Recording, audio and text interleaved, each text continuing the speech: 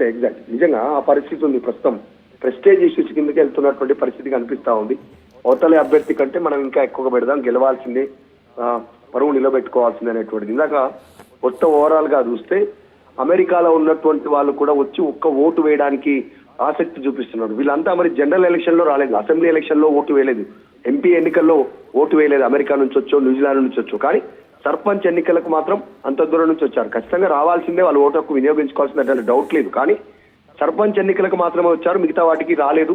అంటే వాళ్ళు ఎంత ప్రాధాన్యత అసెంబ్లీ ఎలక్షన్లు ఎంపీ ఎలక్షన్ల కంటే ఎక్కువగా సర్పంచ్ ఎన్నికలపైన ఫోకస్ చేస్తున్నారు అనేటువంటి చాలా స్పష్టంగా కనిపిస్తా ఉంది. కుటుంబ సభ్యులు ఇంట్లో నుంచి నిలబడితే వేలు లక్షలు కోట్లు ఖర్చు పెట్టడానికి సిద్ధమవుతున్నటువంటి పరిస్థితి.